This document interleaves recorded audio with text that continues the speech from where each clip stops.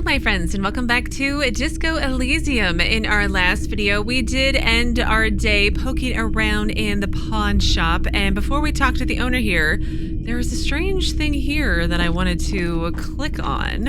A typical Martinaise streetlight sits among assorted floor and table lamps.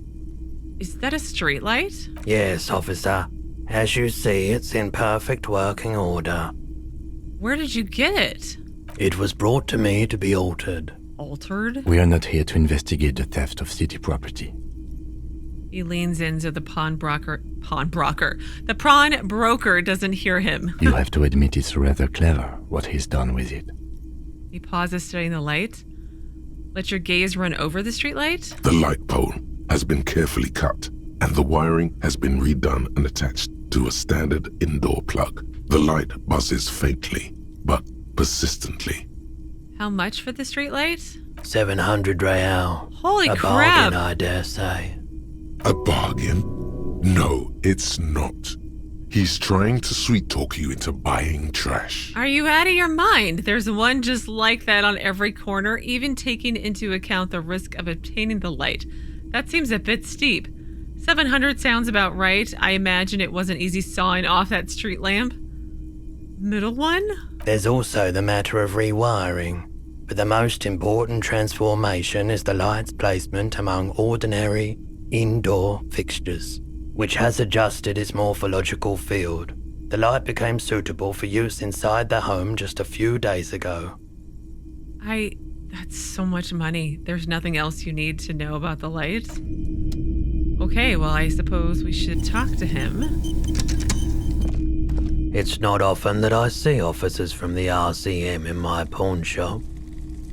Bird's Nest Roy. What can I do for you? His courtesy is not insincere, but he prefers being alone with his projector, just watching the movement of light across the walls of the shop. Sorry, I feel like I'm interrupting. It's shameful how insufficient the police presence is in these parts. Now that the RCM is here, tell me, have you had any trouble lately? Yeah, that one. I haven't had any problems myself, though some of my customers have complained about inconsistent law enforcement. I still love how he's in this little teeny tiny cubicle here. Who are your customers usually? All kinds of people come through here. Locals, travelers, people looking for a deal, people looking for a keepsake, people who are terminally bored. As you can see, I have a wide selection of goods for everyone to choose from. Quite the collection indeed. Typical vacuous consumerist objects. Honestly, I think some of your selections are more tasteful than others. This business plan is all over the place. You should specialize, zoom in, recapitalize. No, it's quite a collection. It keeps me entertained. His attention is drawn once more to the play of light and shadow on the walls behind you. Entertained? He might be high. If he is, on what? Is Roy high? And if yes, then what is he on? Sure. Feeling warm and Nice. enthralled by the movement of light, while the mind continues to race forward. Lucky bastard. He's probably on Pyrrolidon. It's tough to come by on the street. Pyrrolidon, what is that? A drug developed by the military to treat and prevent radiation sickness. It has psychedelic side effects, and it makes your eyes turn yellow. Is it just me or is it really warm in here? Look around. Step closer, sir. Could you take off your sunglasses? I'd like to check your eyes. So where does a man get Pyrrolidon these days? Let's do the middle one again. Why on earth? These are prescription. I can't really see without them. There's a note of indignation in his voice. Interesting. Very interesting. Those triangle patches on his vest, you have a feeling they mean something, like they're similar to the halogen rectangle on your jacket. Say, what's with the triangles on your vest? It's pretty obvious that you're under the influence. No judgment, just curious. I probably did loads of Pyrrolidon before I lost my memory. No, what are the triangles about? I was with the Emergency Relief Brigade. You know, after the People's Pile disaster. I don't know what that is. Had to take Pyrrolidon for radiation sickness. That's what you were hinting at just now, wasn't it? Yes. He's taken it for mental and emotional, not physical pain these days. The People's Pile? What is that? A bad idea. Some poor leftist built a particle decay generator in hopes of bringing affordable electricity to underserved communities. It malfunctioned. Radioactive waste everywhere. Probably some of it in you, too. Lovely. Tell me more about this emergency relief brigade you were part of. We were an all-volunteer force. Self-organized. Tried to help the fire brigades contain the spill. Tough son of a gun, this one. Yeah. Respect. I lived by the river since I was a small boy. The Esperance. Didn't have the art to let it all go to shit without trying to do something to help out. There wasn't much the volunteer force could do, however. We wasted years in the river mud. Years getting sick. It must have been tough radioactive cleanup. There's a reason why everyone's tried to forget any of it ever happened, and why no one has tried to repair or replace the pile.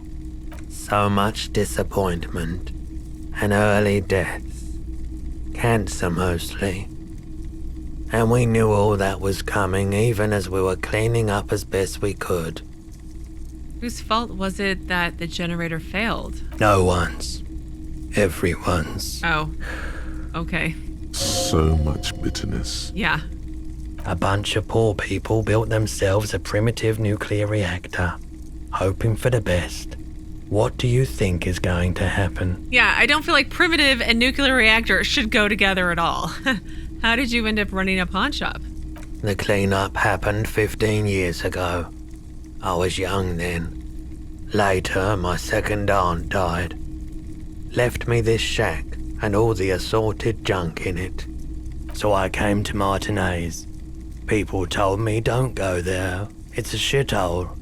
I said, people, we just had a nuclear pile meltdown. I'm gonna get as far away from Forburg as I can. Still in the same city, but... Yeah, I understand. Thank you for telling me. I like the theory more than the story. Outward movement, not vortices. Yeah, you gotta get in on those vortices, my man. Care to share your Pyrrolidon with me? There's something I'd like to sell. Let's go with the selling option. Let me have a look. Commemorative pin. Access the pawn menu. Anything else you're thinking of selling?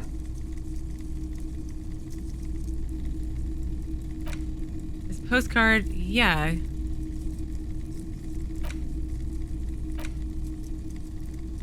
Happy couple.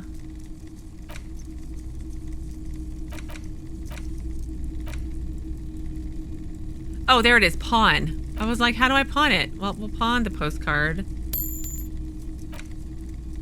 I mean, it's $1.35. And that one's only $3.20. We can pawn his handkerchief. I'm sure it'll be... will I need it later, though? I don't know. Happy couple. And then a postcard. We'll do the handkerchief. I can always live to regret it later. I've used the pen once. And I don't know if I want to sell Lena's pin. I'd like to sell my clothes. Oh, I don't know yet. But before I sell it, I have some questions. Oh yeah, let's show him the pin. Jean-Baptiste summer dinghy rates is 31. What a pleasant time that was. And by sell the pin, I want to ask questions about it, not actually sell it. So, what do you want to know? Price? I can give you $3.20 for it. Yeah, that's all I wanted to know about the pin, thanks. Sure thing. So, do you want to sell anything? Another time, perhaps? You might be able to aid our investigation. I doubt it, but I can try and answer any questions you may have. Know anything about the recent hanging? I do my best to keep my distance from all manner of butchery. Bad for business. Bad for everyone. No one likes to see what you have to see every day. Actually, that's all I've got. The pawnbroker's gaze is already fixed on the dancing colors. By the way, do you happen to have any guns like the ones carried by officers of the Citizens Militia? Someone else came here earlier today asking the same question. I promptly sold her the gun you pawned a couple days back. Oh no! What? Sold? Where's the money? The lieutenant shifts from one foot to another, alert. I sold my gun? You were adamant about getting rid of it, officer. Said you were undeserving of a service weapon of the Revachol Citizens Militia. Oh no. And I don't like keeping guns around the shop for long. Off-the-charts photon emissions. The unhealthy kind. He's not telling you the whole story. It seems he's trying to spare you. I feel like there's something you're not telling me. You weren't quiet yourself, officer. What was I like? You were very distraught. You said the gun was a threat to your life and that you can't trust yourself with it tonight. And that you need the money. Where's the money? When I said that I don't normally buy firearms, you put the gun barrel in your mouth and sort of sucked on it. Then I agreed to take it. Oh, my character is so not okay. You sucked on a gun? Good. Very normal. Wait, how much did I sell the gun for? 15 real. That's it? The lieutenant looks from you to Roy, and then back to you. It's clear that he hopes this tableau might still turn out to be a bad dream. It's not, though. Yeah, I know. This has got to be the most. Wow. Yeah. There's pity there, too, in case you didn't notice. I'm so sorry you had to see me in that state. We don't have to talk about it anymore. I really should have killed myself. Maybe I still will one of these days. Happens to the best of us, I guess? Sure. It certainly does. Especially in Revachol. Was the buyer a policeman too? She didn't seem like a policeman. Although she kept referring to herself as a pig. Which was odd. I found her interest in the gun a bit obsessive. But I was just happy to get rid of it. And of her. Truth be told, she was terrifying. Oh. Right, so let me get this right. You sold your sidearm, issued by the Citizens Militia, and now a civilian is running around the streets of Martinaise with it? Yeah, Kim, I got it. I messed up. Miraculously, his face does not reveal what's happening inside. There's only one explanation. She must be one of my rabid fans. Maybe she's a vigilante, wants to prove she can do our jobs better than we can. I don't like it either. What if she intends to commit a crime and blame it on the Citizens Militia? I'm sorry I sold my gun. The first one, she's obviously a fan. In that case, she'll be happy to get a visit from us, if we can find her. Any idea where I can find this buyer? My apologies, officer, but I have no idea where she was coming from or where she went. What does she look like, though? A needle in a haystack. There is nothing you can do about it right now. You'll just have to hope Everard wasn't lying, and the Union can track her down in time. Have people from Everard Claire's Union come here to track that gun? Maybe. Shady-looking guys came in here yesterday, looking like they'd just taken off their Wild Pines overalls. They asked if I have a police weapon to sell. I told them I already sold it. They went their way. It was a trip, but you know, all sorts of people come here, asking for all sorts of things. Maybe Claire really is tracking down your gun. Yeah, I thought he had it too. At least now I know how I lost my sidearm. Let's talk about something else. Of course. Care to share your preheroladin with me? I can't speak well today, obviously. Have you tried it before? No. It's almost like he's worried for you.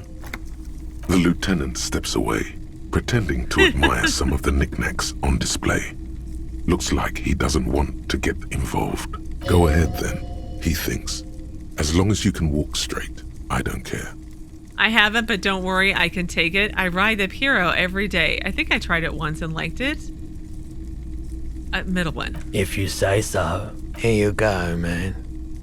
He presents a large cap-shaped object in the palm of his hand. Very odd looking. Yes, darling. That's the coalition government ordained Parolidon. Straight into your gut.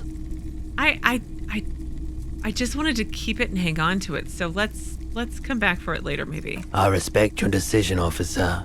What else can I help you with? I have other business to take care of now. Okay.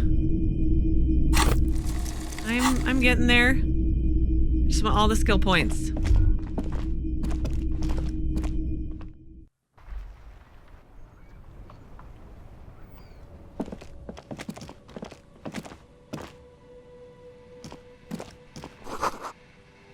Water lock out of order until Wednesday at 7:15 a.m. Butter sign down. A crumpled billboard reading, Samaran butter soaks in the canal.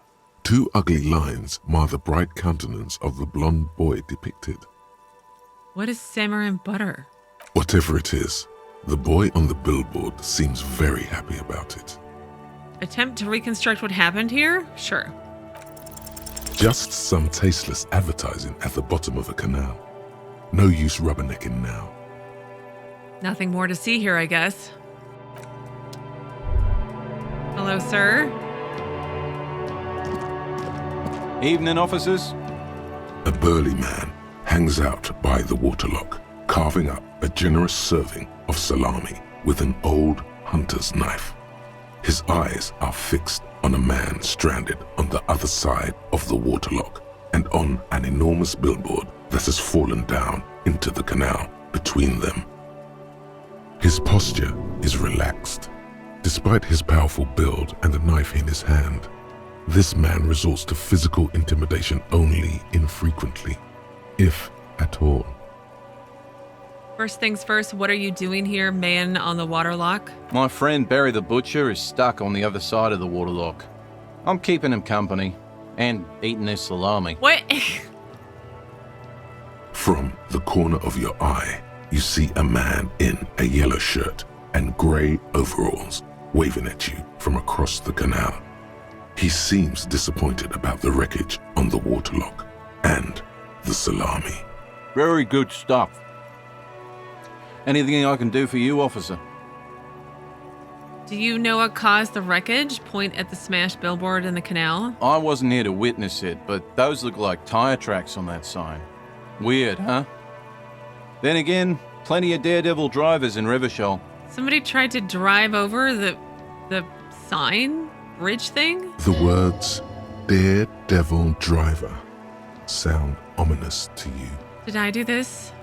Too bad it also takes a year and a day to repair anything around here, especially a waterlock. The rest of the coast is closed off till then.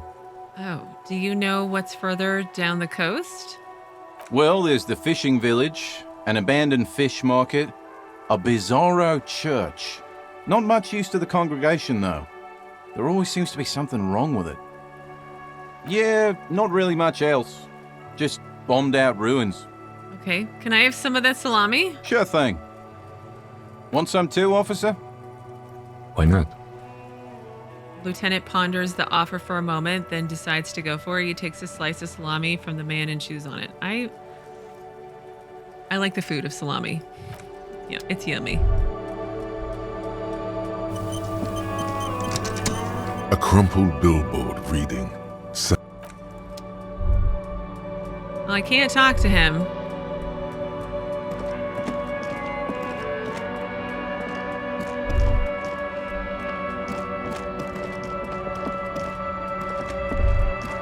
I went there already. Okay. Well, let's go back up here to this area.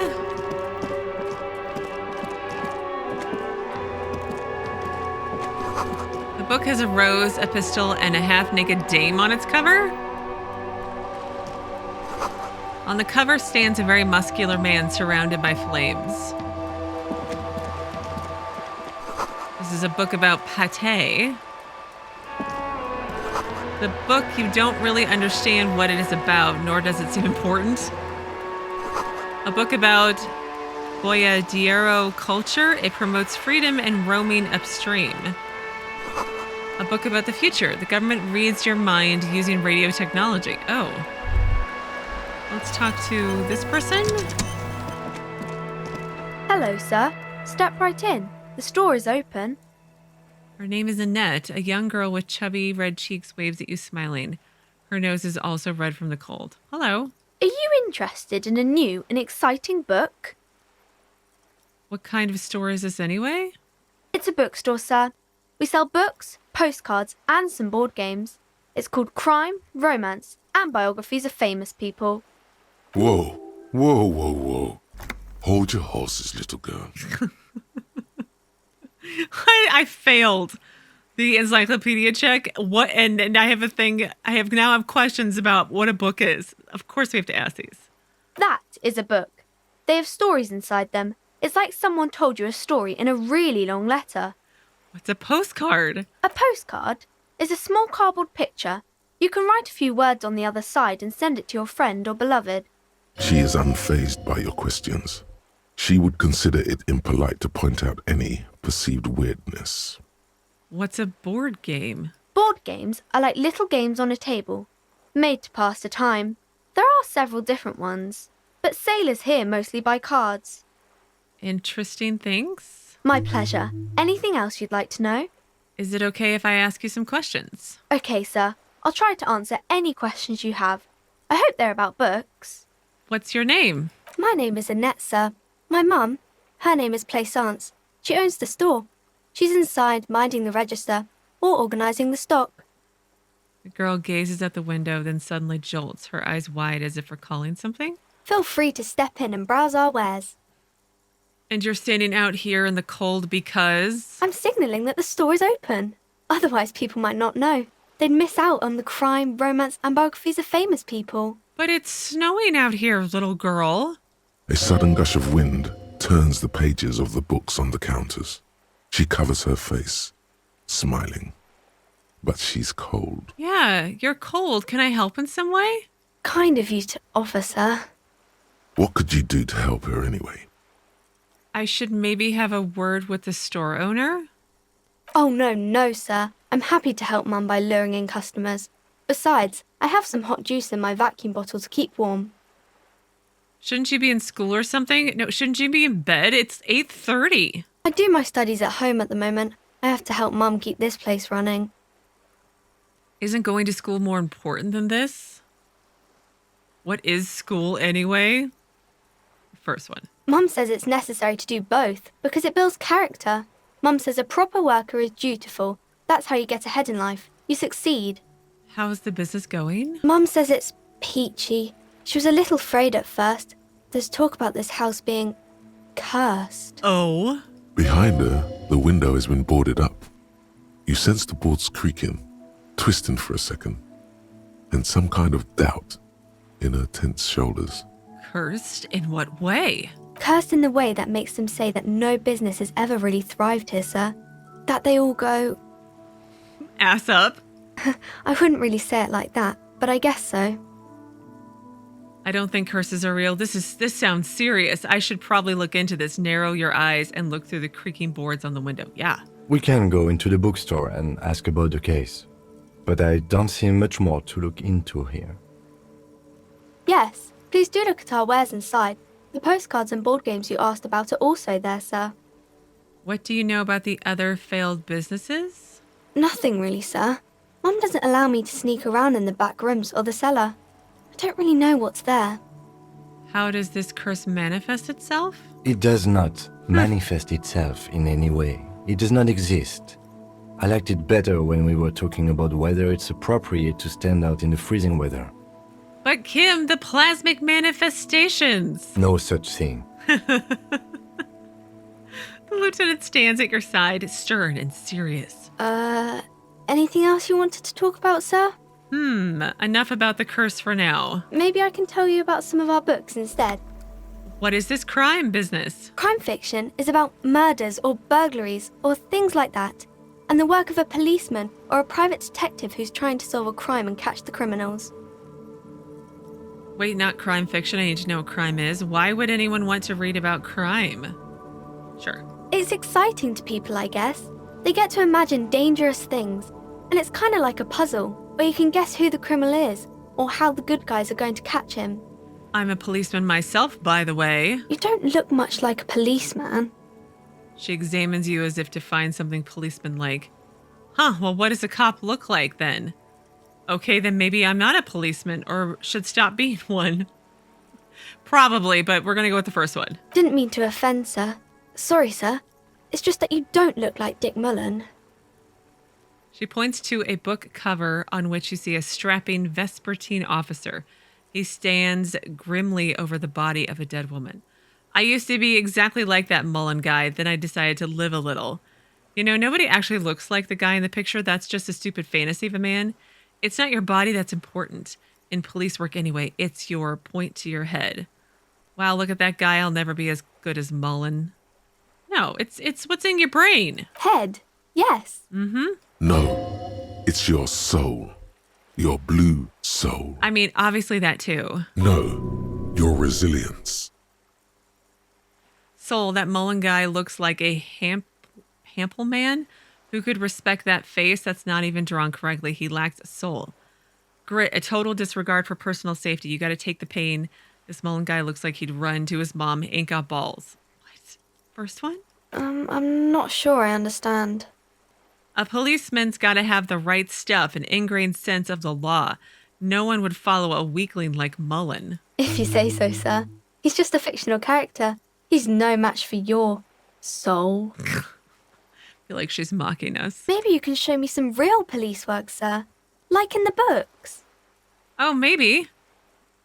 I'm going to deduce something now. Well, let me ask more questions. It's the type of book where there's a rich lady and she has to choose between the good man and the bad man. I asked about what a romance novel was.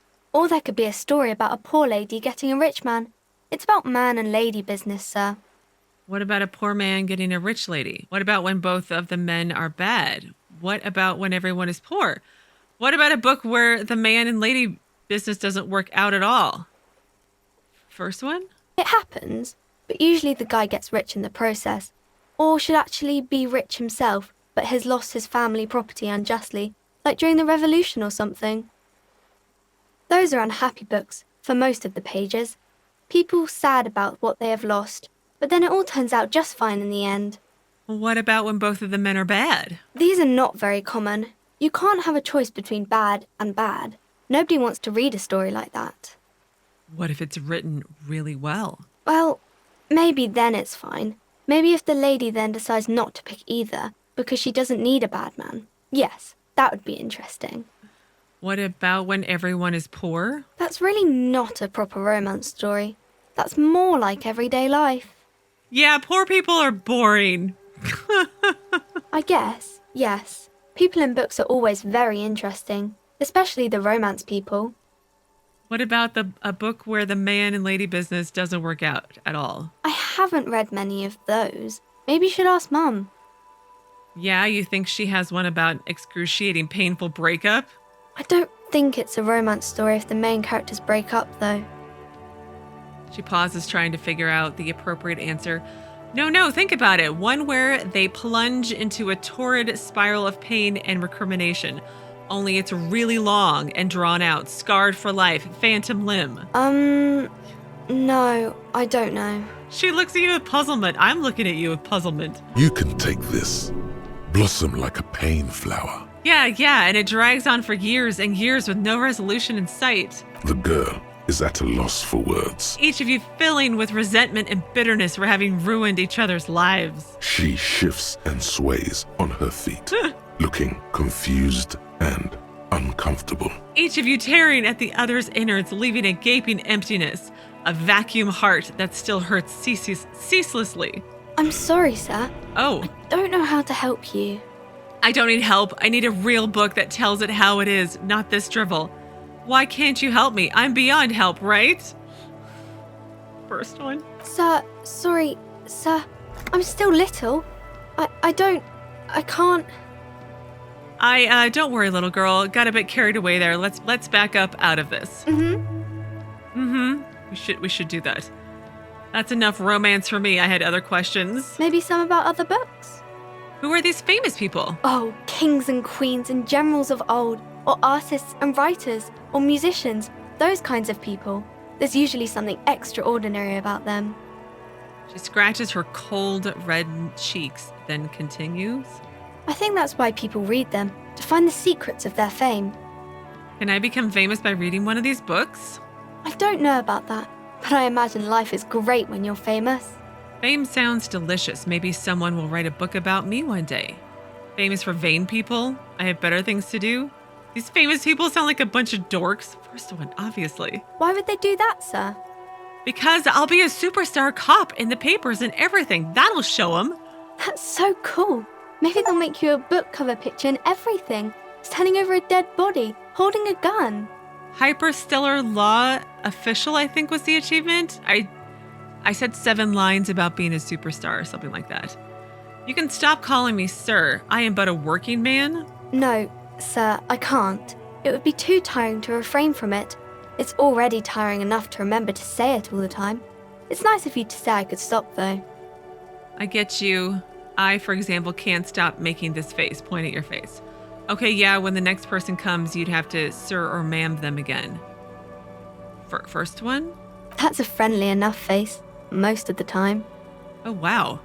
72% now.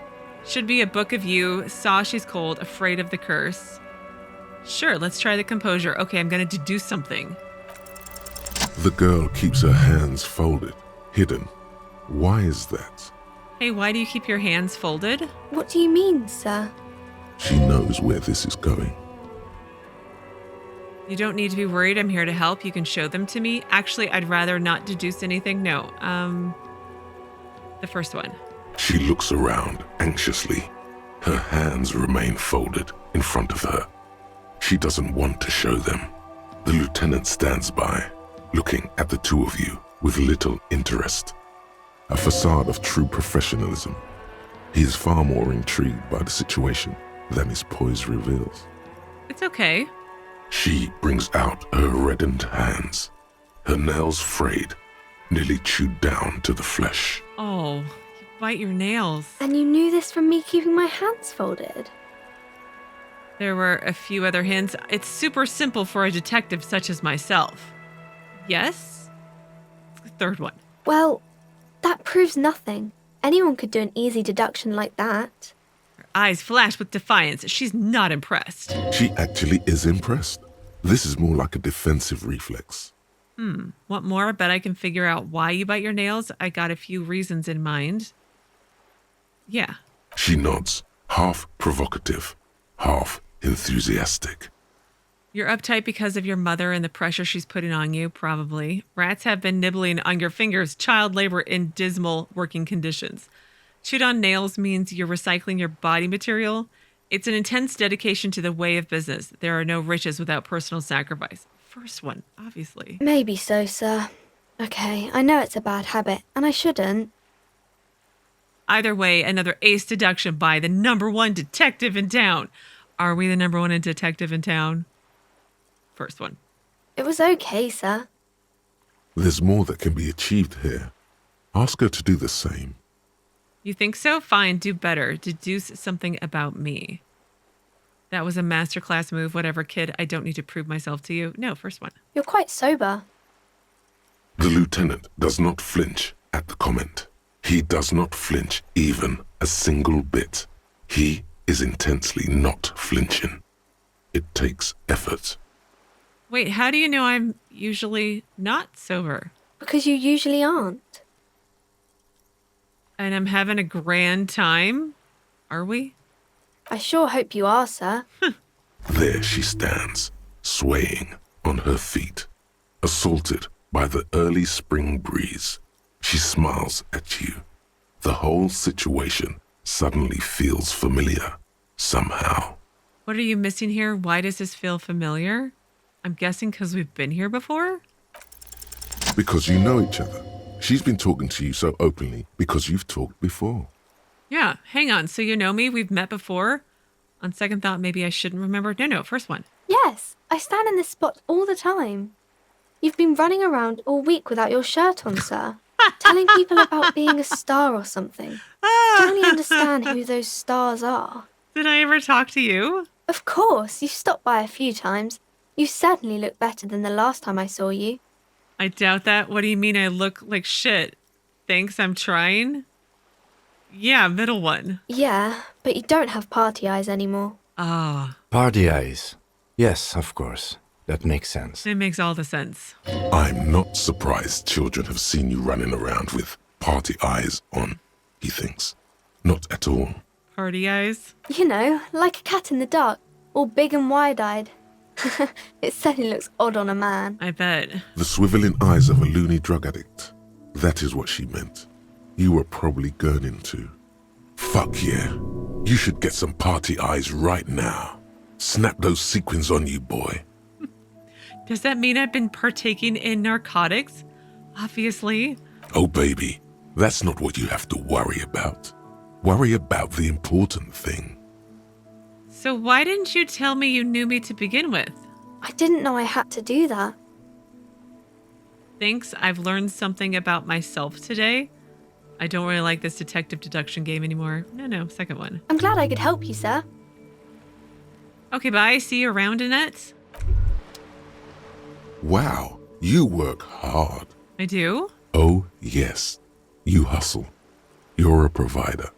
It's tough out there, but you keep it real and provide. Yeah, I totally do. Oh, yeah. Like a horse, a workhorse, for hard work. What hard work do I do exactly? Look at yourself. You're a human pedometer. You must have walked 200,000 steps down cracked asphalt, mosaic, sand, and linoleum after you re-emerged. Okay. That is the sign of a hustler who never gives up. The world is harsh and people are evil. You didn't make it that way, and you won't let it break you. You ride. Fucking ride till I die, bitch. Obviously. That's just what it's like. Life and death. But you got gills on your side, baby. Got those black papers with the faces of the innocents on them. You bring in the Franco Negros and the Solas. Solus is here? It ain't easy, but you do it. Day in and day out. You didn't make the rules, but you won't lose. You're a cop and a sprinter and a money printer. What? Sure, and I got that giant novelty check from Everart. Oh, and then there's pawning stuff off to that suspicious Roy guy. I guess I've made some gills, sure. First one? Wasn't easy getting that giant novelty check from Everart. Took some ingenuity to get into the harbor, but you got in, and you took that bribe as hard as any cop's taken it. Yeah, I mean, I just needed the money. Oh, and there's pawning stuff off. Yeah, you're in the sales business. Shake 'em for shit and then pawn it off. Law officer style. What? I guess I've made some gills, sure. Sure. And has it been easy? Is life easy? Have you not gone into cardiac arrest? Are you not about to have an anxiety attack or shoot yourself in the mouth? But you still hustle 24/7, ride or die. Now, ask yourself, are you rich? No, I'm actually not. That's right. You work harder than anyone. You almost rode yourself to the grave and you're still practically a hobo. Why is that? Yeah, it's because of that guard guy riding my ass. I have to make all this money for him to pay off. I mean, I guess I don't have to pay it off, right? Well, maybe I do have to pay it off. I don't know. The system is broken. There's a market for corrupt cops out there, but the immigrant cops have price dumped it. What? Fucking taxes, ma'am. I don't know. Why am I so poor? It's because of Gart. The Gart man has set himself up one of those self-replicating money structures. You should learn from it. Don't play the victim. Think hustler. Think with your head. Okay. Fucking taxes, man? That's right. 100%. Fucking G-Man's got his jam-covered sticky fingers in your pocket, stealing from you every time you buy, sell, walk, talk, fart, so much as sneeze. Really? Every time I sneeze? Every time you wipe your ass. They got their direct and their indirect modes of taxation. Sales tax, excise duty, extraction tax, alimony, one tax that doesn't even have a name. Plus there's the stuff people in other countries pay for. That makes them ask for more money from you. Here. Total tax duties add up to... To what? 98% of all your money. What? No fucking way. I guess I'm a free market fundamentalist now? Are you sure? That seems like a pretty big number. This isn't helping me solve my money problems and it's only making me into a free market type. What are we opting in on? Here you go, hustler. Fight the righteous fight. Free the people. Keep it real. Keep it street. Keep foaming at the mouth furiously on the tax issue. What? Indirect modes of taxation. -2 empathy, cold-blooded. Wow. First, if you have a side bitch ideology cooking somewhere, don't sweat it. Fighting indirect taxation for the Gossamer state is compatible with all creeds. It's cool like that. You're a cool anarchist now. Unless you don't want to be an anarchist. Whatever. Stuff this meal ticket in your eye socket and let's see if we can steal some love back from the robber barons at the Customs Agency and the banditos at the Insulindian Financial Oversight and Competition Committee. What? I don't want to lose my empathy. So I don't have a slap word anyway. Okay, well, let's go inside the bookstore, I guess.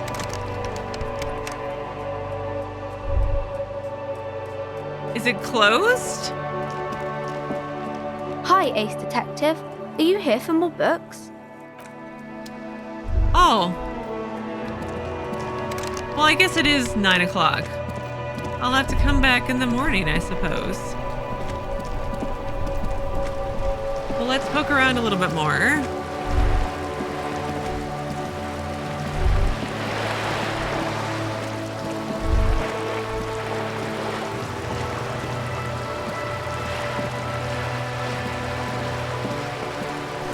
A lonely cormorant surveys the sea, indifferent to your approach.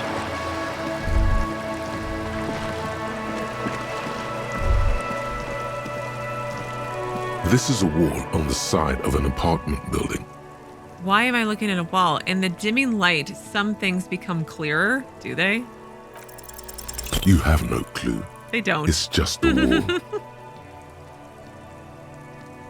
So many walls all over Martinaise, weather-worn, cracked, their paint peeling. Okay.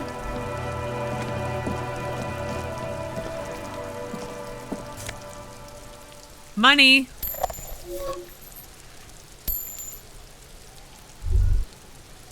I want to talk to her, but not right now.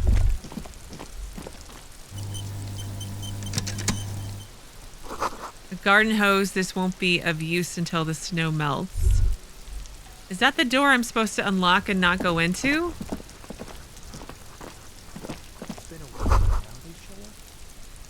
Another splattering of bullet holes in the wall, or on this wall rather. The spread pattern of these bullet holes makes your chest ache. Your breath grows heavier. Examine closer. You peer into the faded marks in the stone. They peer back like an endless row of tiny black holes. Sweat starts trickling down your brow. Oh no, did we do these? Are we the cause of the bullet holes? This is bad mojo, man! Fucking horrible mojo! The end draws near! I love that my necktie talks to me. Your chest feels tight Oh gosh. looking at them. It's closing in, caving in, ever tighter. Your breathing grows even heavier. I should take one more morale just in case. I don't know what happens when you get to 0, but I imagine it's not good. You okay there? Yeah, I'm fine. Man, I started feeling really bad for a second. First one. You were looking pale there for a second. What are you looking at? What's with all these bullet holes? I've seen a lot of them around. Remnants from the revolution. These are over half a century old. Oh, so no crime has happened here. Perhaps a crime of a sort ages ago. But no, these do not warrant an investigation. Okay, but what can you tell me about the revolution? Not much. I don't have a fresh perspective on it. Should we go? I guess.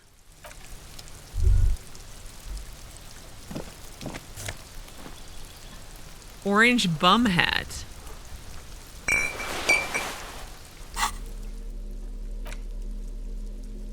I lose rhetoric. I mean, I only have one to begin with anyway. Practice the art of persuasion. Enjoy rigorous intellectual discourse. I mean, I don't feel like that's my guy here.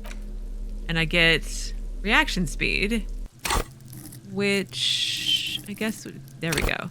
The quickest to react, an untouchable man. I mean, why not? An orange beanie with a couple of big ass holes on the side. It looks like it might have been used as a mask during an armed robbery. Okay. Well, with that, I'm going to pause things here today. And on Monday, we will continue poking around out here, maybe talking to some people. I'm supposed to go into a basement behind Whirling in Rags for Everart, so maybe we'll do that too. I don't know. Well, we'll see how it all goes, and as usual, go from there, because that's how this works. Anyways, as always, thank you so very much for watching. Please do keep yourselves safe, and I will see you again on Monday with another new Disco Elysium video.